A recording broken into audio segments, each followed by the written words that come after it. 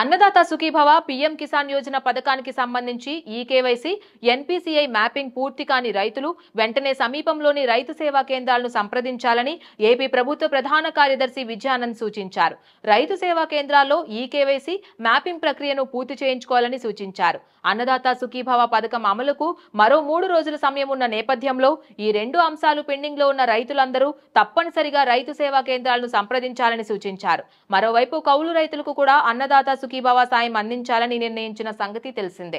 అయితే CCRC card కలిగిన కౌలు రైతులు ఈ క్రాప్ తప్పనిసరిగా చేయించుకోవాలని, వారికి అక్టోబర్ నెలలో ఇచ్చే అన్నదాత సుఖీభవ పీఎం కిసాన్ యోజన నిధులు వస్తాయని సిఎస్ విజయానంద్ వివరించారు. వెబ్లాండ్ అలాగే ఆర్ఓఎఫ్ఆర్ పట్టాదారులకు ఈకేవైసీ తప్పనిసరి అని, వారికి ఆగస్టు 2వ తేదీన నిధులు జమ అవుతాయని తెలిపారు. ఈకేవైసీ ఎన్పీసీఐ మ్యాపింగ్ కాని రైతులకు ఆర్టీజీఎస్ ద్వారా ఎస్ఎంఎస్ పంపాలని ఆర్టీజీఎస్ అధికారులను ఆదేశించారు.